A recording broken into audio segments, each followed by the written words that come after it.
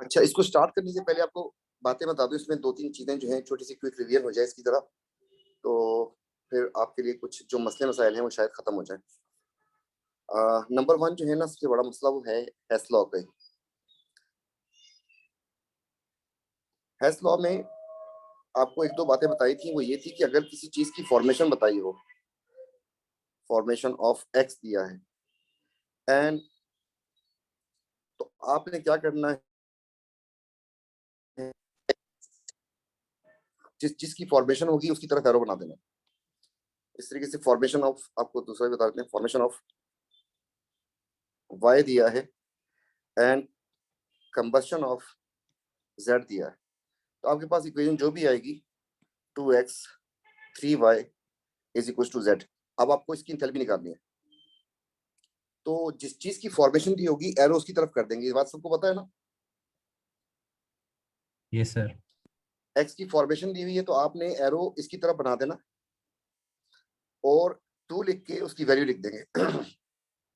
y की भी formation है तो आपने एरो इसकी तरफ बना देना है, 3 लिख के इसकी वैल्यू लिख देंगे, और जिसकी कंबस्शन दी हो टेल उसकी तरफ बनानी है आपको।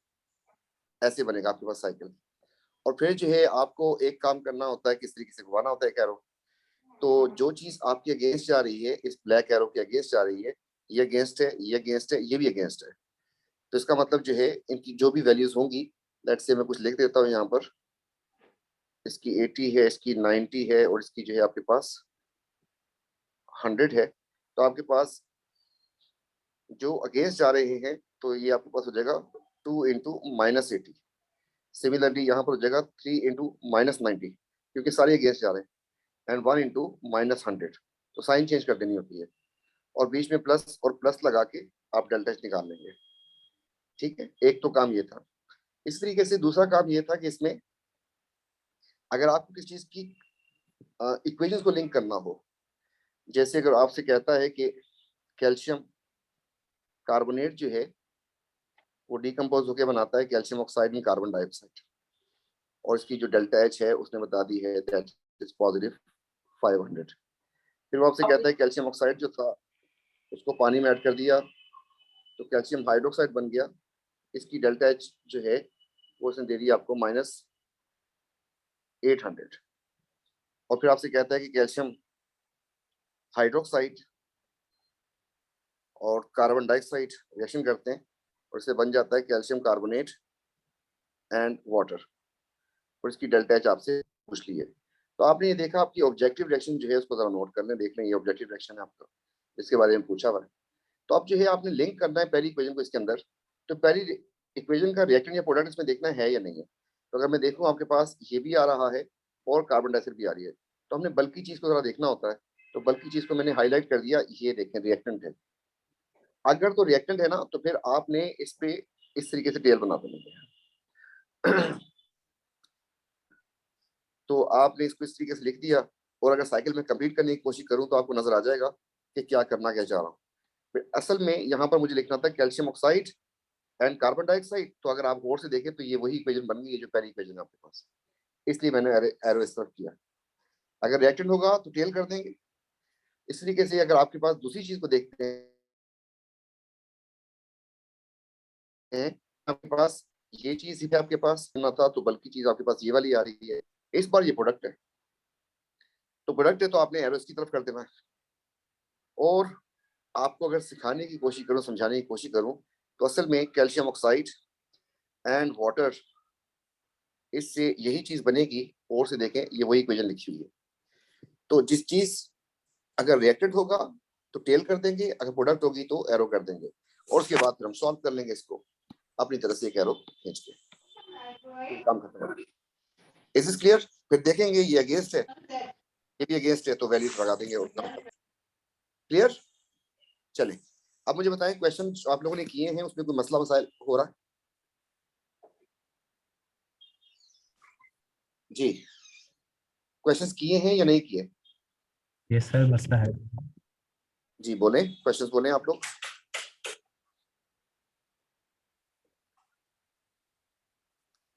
थ्योरी में जाना है, थ्योरी में चले जाते हैं, जहां बोलेंगे वहां पे क्वेश्चंस कर लेते हैं। Sir question number 8।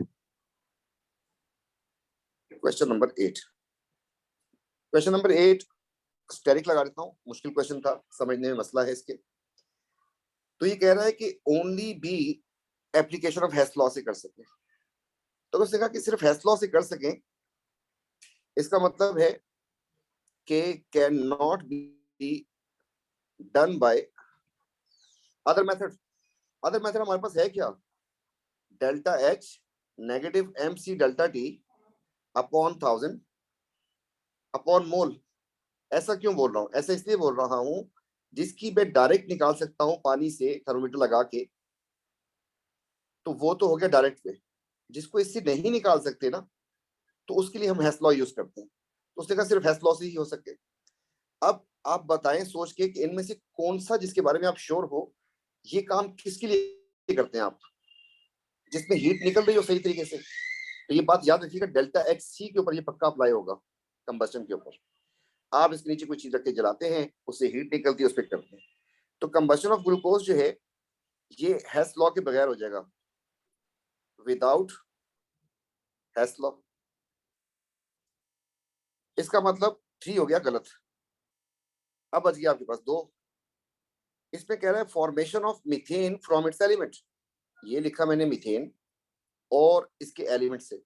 आप सोचें इस केस में आप किस तरीके से इन्वॉल्व करेंगे इस ऑपरेटर्स को। हो सकता है इन्वॉल्व, फॉर्मेशन का मतलब होता है अपने एलिमेंट से बनना ना, तो ये इसके एलिमेंट्स हैं। तो इस रिएक्शन में कोई हीट वीट निकलेगी, मुझे कुछ पता चलेगा, मतलब क्या करूं इसके नीचे, कार्बन रख दूं, हाइड्रोजन रख दूं, क्या होगा? कुछ भी नहीं होगा। तो टेम्परेचर चेंज आएगा क्या इसमें? तो सर फॉर्मेशन जो है, हाँ, तो यहाँ पर फॉर्मेशन जो है इस पे हम, इसको सिर्फ हेस लॉ से ही होगा, ये वाला, ये हेस लॉ से ही होगा, और ये वाला हेस लॉ के बगैर हो जाएगा। तो अगर आपके पास ये आ गया है। और तीसरी चीज जो है उसने कहा कि hydration of anhydrous copper sulphate. ये वाली बात थोड़ी सी अनयूजुअल है, ना मुझे पता है ना आपको पता। हमने पानी रखा, इस पानी में थर्मोमीटर लगा दिया, इसमें हमने 1 स्पून डाल दिया एनहाइड्रस कॉपर सल्फेट का। अब मुझे नहीं पता इसको ऐड करने से टेम्परेचर जो इसका राइज कितना होगा, कि मतलब टेम्परेचर चलो राइज अगर होता भी है तो वो इतना होगा कि थर्मोमीटर से नोट हो सके। तो वी कांट से, ये क्वेश्चन मार्क है हमारे पास। लेकिन हमारे पास ऑप्शंस क्या बनते हैं? ऑप्शन हमारे पास होता है 1 2 3, 1 2 2 3 एंड 1 ओनली। जब 3 गलत हो गया है, तो आपको पता है कि 3 अगर गलत हो गया है तो ये भी गया और ये भी गया। तो आपके पास आंसर क्या बना? 1 एंड 2। 2 ठीक भी था, ये भी नोट किया था हमने कि 2 ठीक है, 2 को हमने टिक करना था। ठीक है, is it clear? Yes sir. Yes, sir. तो हमारे पास आंसर बन जाएगा बी, 1 एंड 2 ओनली। जी बेटा, next question. Sir 11। 11, gaseous nitrogen oxide of nitrogen have positive enthalpy of formation। अब सबसे पहली बात ये कि आपको ये तो लाजमी आना चाहिए। चले लिखता हूं, इसकी फॉर्मेशन बेटा किस चीज से होगी? शाबाश शाबाश शाबाश। Nitrogen and oxygen. जी, अपने एलिमेंट से होगी। वो कह रहे हैं इसकी पॉजिटिव क्यों है? पॉजिटिव क्यों होती है? मुश्किल क्यों होता है? एंडो क्यों होता है? इसलिए होता है कि आपको पता है रिएक्टेंट के बॉन्ड आपको तोड़ने होते हैं। रिएक्टेंट के बॉन्ड तोड़ेंगे और प्रोडक्ट के बॉन्ड बनेंगे। तो इस केस में आपको एनर्जी चाहिए होती है, और इस केस में एनर्जी आपके पास रिलीज होती है। तो अगर एंडो है, इसका मतलब ज्यादा चाहिए कम चाहिए? आपको ये एनर्जी चाहिए होती है और ये एनर्जी रिलीज होती है। जी, ज्यादा चाहिए ना आपको और कम रिलीज हो रही है, यस सर। इसलिए एंडो होगा। तो इसका आंसर क्या होगा? High A. Bond energy of molecule. ठीक है, इलेक्ट्रॉन अफिनिटी से कोई ताल्लुक नहीं है इसका, इलेक्ट्रॉन अफिनिटी से कोई ताल्लुक नहीं है इसका, इलेक्ट्रोनेगेटिविटी से भी कोई ताल्लुक नहीं एंथैल्पी का। क्लियर? Yes sir. जी बेटा, next question.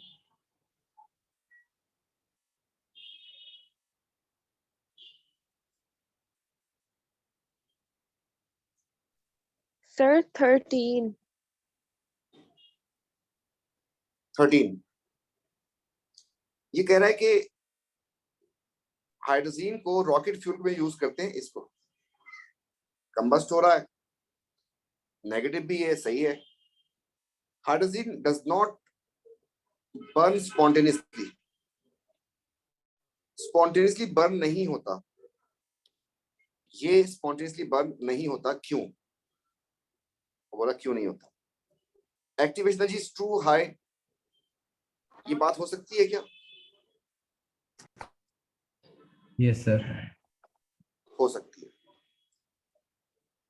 Very strong bond है, हो सकता है क्या? नहीं सर, कंपाउंड है स्पॉन्टेनियस ना। का मतलब होता है इटसेल्फ नहीं होता या डिफिकल्ट होता है। तो कोई भी रिएक्शन जब डिफिकल्ट होता है, उसका एक आंसर तो आपको बताया था, उसकी हाई एक्टिवेशन एनर्जी आंसर होगा, एक तो हो गया।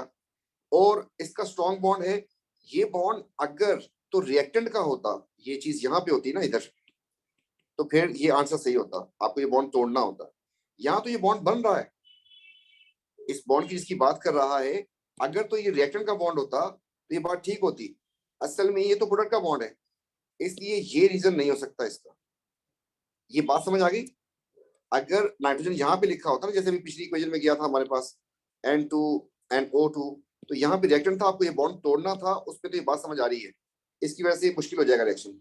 लेकिन ये तो प्रोडक्ट है, प्रोडक्ट में तो ट्रिपल बॉन्ड है, तो ज्यादा अच्छा स्ट्रॉन्ग बॉन्ड बनेगा, तो ये अब इस वक्त फिट नहीं हो रहा है इसमें।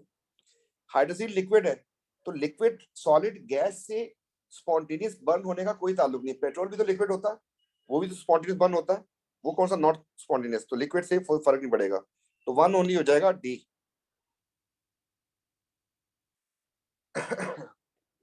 जी बेटा, नेक्स्ट क्वेश्चन। 19 sir, 21 sorry. 21, इसने कहा कि इनमें से कौन सा डेल्टा एच दोनों शो करे, क्या चीज फॉर्मेशन भी शो करे और कंबशन भी शो करे। अब फॉर्मेशन में क्या होता है, सोचे,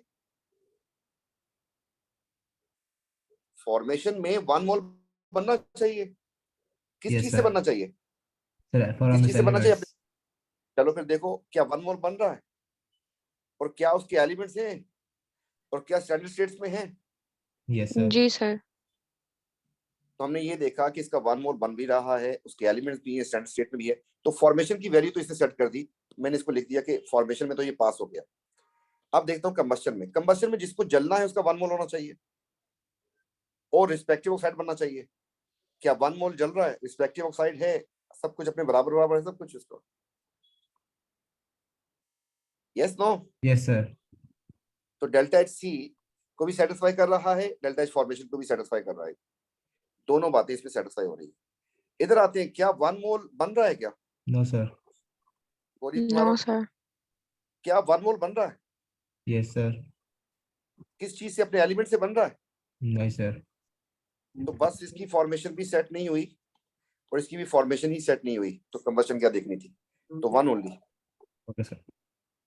मेरी तरफ से चौथा option H2 plus half O2 is equal to H2O, liquid gas gas. जी, क्या ये डेफिनेशन को फॉर्मेशन की सेटिस्फाई कर रहा है?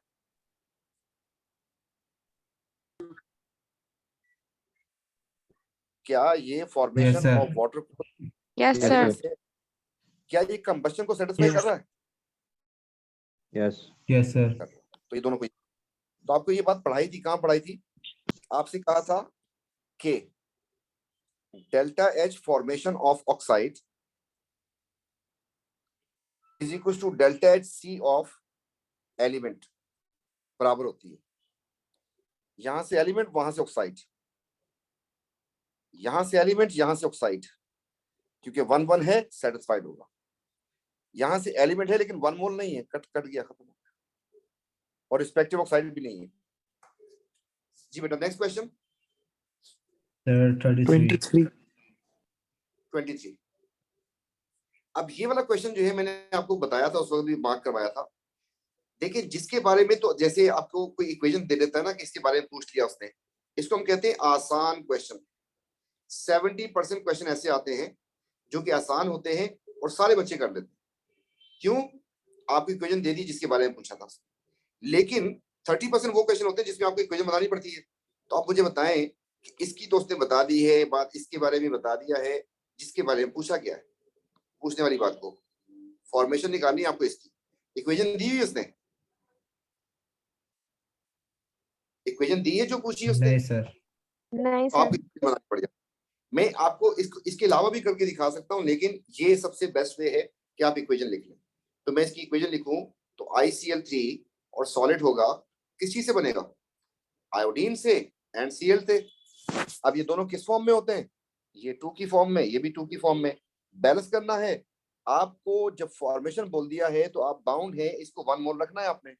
ऐसा करने के लिए आपको इसको हाफ करना पड़ेगा। सिमिलरली इसको आपको करना पड़ेगा 1.5, क्योंकि उसको 1 मोल रखना था। ये गैस होती है, ये सॉलिड होता है, इसका स्टेट सिंबल उसने दे दिया है तो हमने सॉलिड लिख दिया। अब ये जो डेल्टा एच था हमें फाइंड करना। अब सोचें पहली रिएक्शन का रिएक्टेंट या प्रोडक्ट इसमें है आपके sir objective product. Yes sir. Product है। ICl3 है आपके पास, सॉलिड आपके पास यहाँ पर भी आ रहा है। अच्छा Cl2 भी आ रहा है आपके पास, I2 भी आ रहा है, लेकिन वो छोटे हैं, हमें बड़ी चीज को देखना था तो हमने इसको मार्क किया, आपके सामने विजिबल कर दिया। बेटा प्रोडक्ट है, रिएक्टेंट है। उस रिएक्शन में, दूसरे वाले रिएक्शन में जिसकी Product वैल्यू है। दी है प्रोडक्ट है, तो आपने एरो इसकी तरफ कर देना चुपचाप, और आपने इसकी वैल्यू लिखनी है कितनी? -214। देखिए इसमें आपके पास कितने मोल बन रहे थे? दो की वैल्यू ये है। आपके पास यहाँ पर कितने मोल बन रहे हैं? 1। एक। यहाँ पे 2 मोल बन रहे हैं, 2 मोल की वैल्यू ये है। मेरे पास तो यहाँ पे 1 मोल बन रहा है ना, तो वैल्यू क्या होगी फिर? हाफ हो जाएगी सर। हाफ हो जाएगी। तो आपको इसको ऐसे कर दें हाफ, या हाफ करके लिख दें। दूसरी बात, इस रिएक्शन का रिएक्टेंट या प्रोडक्ट आपकी इसी इक्वेशन में है क्या? यस सर, रिएक्टेंट है। क्या है? सॉलिड। I2। तो मैंने इसको मार्क कर दिया आपके सामने ताकि विजिबल। रिएक्टेंट है, रिएक्टेंट है, तो अब आप चाहें ना चाहें टेल आनी ही आनी है, और साथ ही आपने +38 भी लिख देना है। आप सोच के बताएं, अगर 1 मोल हो तो इतनी वैल्यू होती है, हमारे पास तो हाफ मोल है। मेरी बात समझ आ रही है? तो हाफ मोल की इसकी वैल्यू भी हाफ हो जाएगी। इसका मतलब ये आपके साथ है और ये भी आपके साथ है। इसकी वैल्यू एक्चुअली 19 है और उसकी वैल्यू जो है -207 हो जाएगी, और आंसर आ जाएगा आपके पास।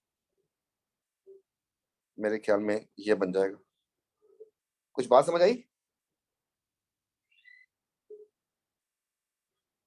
Yes, sir. Next question.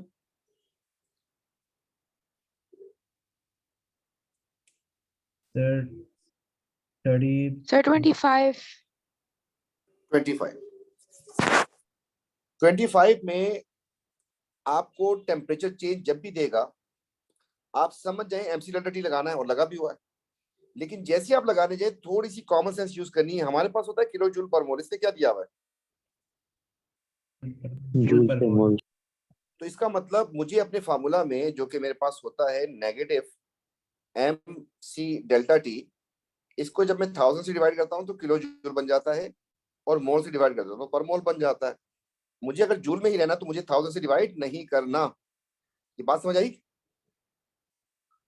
1000 काट दे और फिर लिखना शुरू करें। चले जी, मास ऑफ वाटर होता है, ये कितना हो जाएगा? शाबाश। 4.2। ना ना ना ना, M की बात कर रहा हूं। M कितना होगा? सर 50। और स्पेसिफिक हीट कैपेसिटी उसने दी है 4.2, ये भी लिख दिया। डेल्टा T आपको दिया है रोज बाय 17, ये भी लिख दिया आपने। और नीचे चलते हैं तो डिवाइड भी कर दिया आपने किस चीज से? मोल से। तो मोल भी निकालने हैं आपको। यहाँ पर मोल का फार्मूला बनेगा C/V। बनते ही 2 फार्मूला है। मोल जब भी निकालना होता है इन क्वेश्चंस में, आपके पास 2 काम करने होते हैं।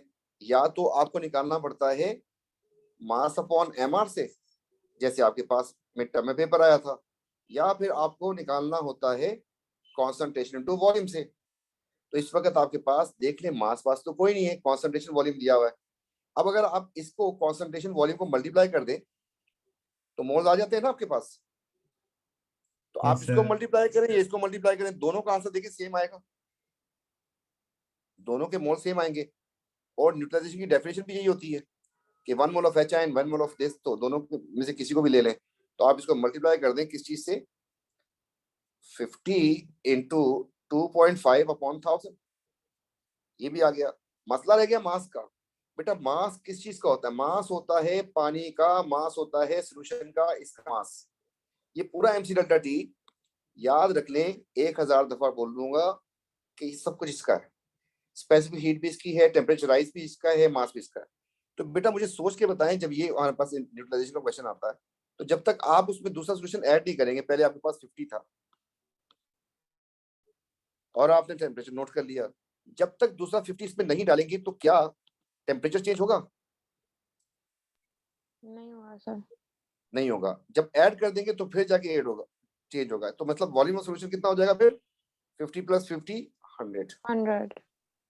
ठीक है, तो ये वॉल्यूम दिया हो, सेंटीमीटर क्यूब दिया हो या ग्राम दिया हो, ये है वाटर का। ठीक है जी, इसको अप्लाई करेंगे तो आंसर आ जाएगा। तो हमारे पास 100 होना चाहिए, 4.2 एंड 17, तो इसमें आ रहा है 100, 4.2 17, 100 4.2 17, और नीचे आपके पास आना चाहिए 2.5, तो 2.5 इसमें भी है, और करना हो 0.05 तो 0.05 ही हो जाएगा आपके पास। C is the correct answer. Next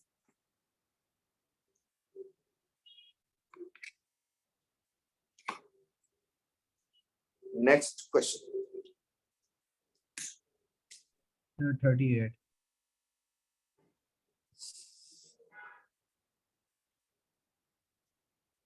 38 atomization. देखिए वैसे तो हमारे पास से हट गया, लेकिन हमें इसको हटा हुआ नहीं समझना, हमारे पास क्वेश्चंस हैं इसके ठीक ठाक, और वैसे भी इसको काटना गलत था, सीआई का ये गलत फैसला था। एटोमाइजेशन में होता क्या है? 1 मोल ऑफ गैसियस एटम बनता है किस चीज से? अपने एलिमेंट से। इसका एलिमेंट क्या होता है? H2। और क्या होता है? गैस। अब अगर उसको 1 करना है तो आपको क्या करना पड़ेगा? हाफ करना पड़ेगा ना इसको। 1 मोल ऑफ गैसियस एटम इसकी डेफिनेशन है एटोमाइजेशन की। ठीक है, ये बात समझ आई यहां तक? Yes, sir. अब क्या करना होगा, आप देखें इस केस में हो क्या रहा है एक्चुअली, और से देखें। असल में आप इसको तोड़ देंगे ना, किसको? इसको, तो आपके पास कितने एटम बन जाएंगे? 2 हाइड्रोजन के एटम बनेंगे। Sir. इसको हम कहते क्या है, इस चीज को? Bond energy. अगर इसकी बॉन्ड एनर्जी 400 थी, आप 400 देंगे तो कितने एटम बन जाएंगे आपके पास? 2। अगर आप इसको 2 से डिवाइड कर दें तो आपके पास कितने एटम बनेंगे फिर?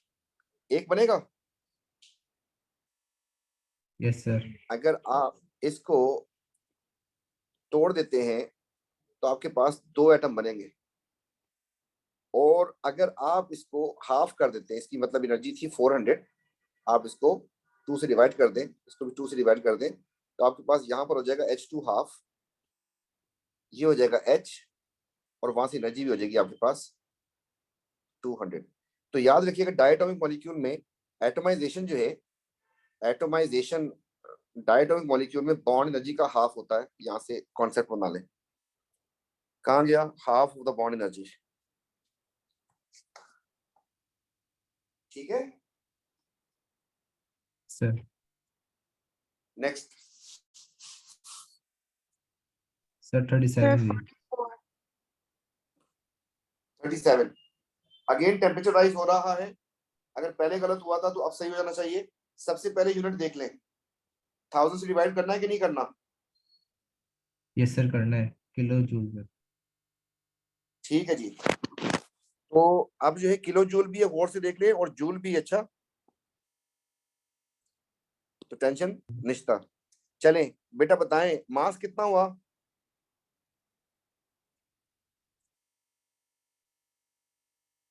मास याद रखिएगा, जब 2 सॉल्यूशन को मिक्स करेगा, दोनों सॉल्यूशन का मास को ऐड कर देंगे, 50. कितना हुआ? 50. 50 हो जाएगा। स्पेसिफिक हीट कैपेसिटी आप निकालेंगे डेटा बुकलेट से 4.18, अगर नहीं दी इसने। टेम्परेचर राइज हो गया 2.5, 1000 से डिवाइड भी कर दें, और मोल्स यहाँ पे बनेगा C इंटू वी से, तो ये C इंटू वी कर दिया मैंने, तो जिसका आंसर हो जाएगा मेरे पास 25/1000 into 0.1। आप चेक करें कि आपके पास आंसर या तो किलो जूल में या फिर जूल में आ जाएगा।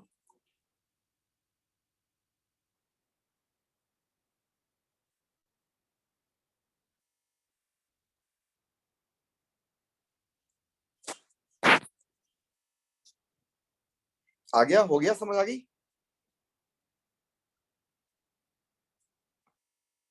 इधर जूल दिया हुआ है, इधर किलो जूल दिया हुआ है, तो किसी एक में सेट बैठ जाएगा आपके पास। जी बेटा, next question. Sir, 44.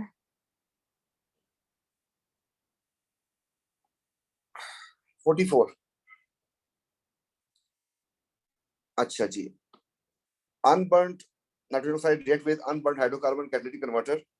The equation of this shown. Which statement likely to energy change? ये लिखा है एनर्जी चेंज। बेटा इसमें क्या चीजें बन रही है ज्यादा? ऑक्साइड्स बन रहे हैं। जी सर।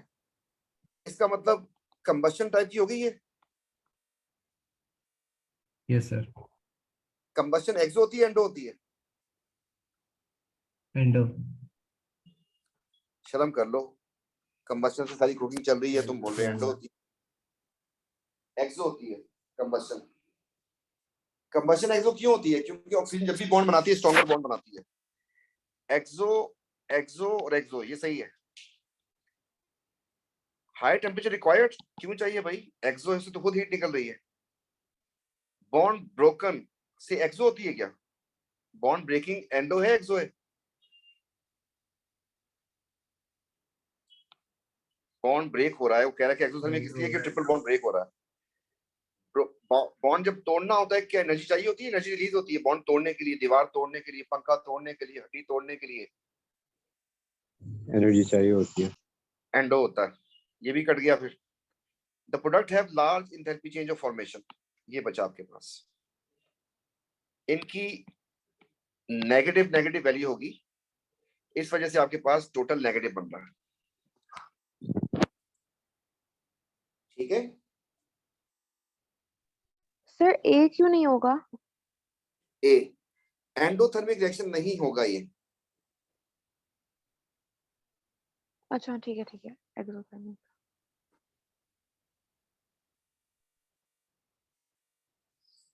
जी बेटा, नेक्स्ट। सर 43। 43। तो आपको बताया था कि हमसे कहते थे कि इसने रिएक्शन कर लिया इसके साथ और बन गया HCl एंड HCl। तो बेटा क्या ये रिएक्शन होगा? ऐसे पढ़ाया था मैंने।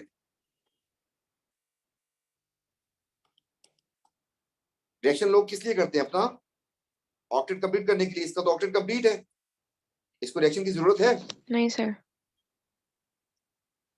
तो आपको पहला काम क्या करना होता है? बॉन्ड तोड़ने होते हैं। इसका ही बॉन्ड तोड़ना होगा, इसका ही बॉन्ड तोड़ना होगा।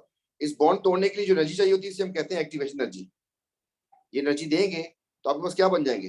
एटम्स। और फिर जब ये अनस्टेबल हो गए 7 इलेक्ट्रॉन के साथ, ये 1 इलेक्ट्रॉन के साथ, तो फिर जो है ये एनर्जी रिलीज करेंगे बॉन्ड बना के। तो याद रखिएगा कि अगर आपके पास यहाँ पर कार्बन था और यहाँ पर ऑक्सीजन था, ये सॉलिड था, ये गैस था, तो एनर्जी प्रोफाइल डायग्राम में आपके पास ये एनर्जी प्रोफाइल डायग्राम है। तो अगर आपके पास ये एक्सो इस तरीके से आ रहा है और आपके पास यहाँ पर C लिखा हुआ है और यहाँ पर O2 लिखा हुआ है और ये सॉलिड है और ये गैस है, यहाँ पर लिखा हुआ है CO2, तो बेटा इस जगह पे क्या होगा बताया था आपको? एटम्स। और एटम्स की फिजिकल स्टेट क्या होती है? गैस। कौन सा ऑप्शन हुआ फिर? आपके पास कोड से देखें तो ये वो एनर्जी प्रोफाइल डायग्राम ही तो है। ए सर। ए, गैसियस एटम्स होंगे।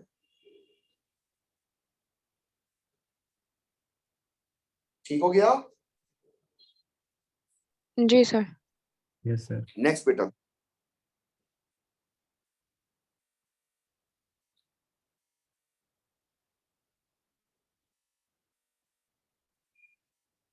फोर्टी एट तुक्के से कर लिया आप लोगों ने? 48 सर बी आंसर होगा ना इसका? हाँ, वजह क्या थी? Sir oxygen. हाँ, बताया था कहीं पे कि ऑक्सीजन की अमाउंट जितनी ज्यादा यूज होगी उतनी ज्यादा एनर्जी रिलीज होगी, और कार्बन का नंबर जितना ज्यादा होगा, हाइड्रोजन का नंबर जितना ज्यादा होगा, उतनी ज्यादा एनर्जी रिलीज होगी। तो दिस इज C3H8O, जबकि ये है C3H8 और ये है C3H6O2, जबकि ये है C3H6O। जब जलाएंगे तो आपके पास 3 कार्बन डाइऑक्साइड बनेंगे इसमें। वैसे ही बता देता हूं, कार्बन किसमें ज्यादा है? कार्बन सब में सेम है, यस। Yes sir. हाइड्रोजन किसमें ज्यादा है? हाइड्रोजन इसमें ज्यादा है, दोनों में। ऑक्सीजन नहीं होना चाहिए। बी। जितने ऑक्सीजन कम होंगे, ऑलरेडी ये तो यूज वाली बात की है ना हमने, तो होना ये चाहिए कार्बन का नंबर ज्यादा, हाइड्रोजन का नंबर भी ज्यादा, ऑक्सीजन का नंबर कम, तो आपके पास ग्रेटेस्ट आ जाएगी। ठीक है, यस सर। तो बी बन जाएगा। सर 57।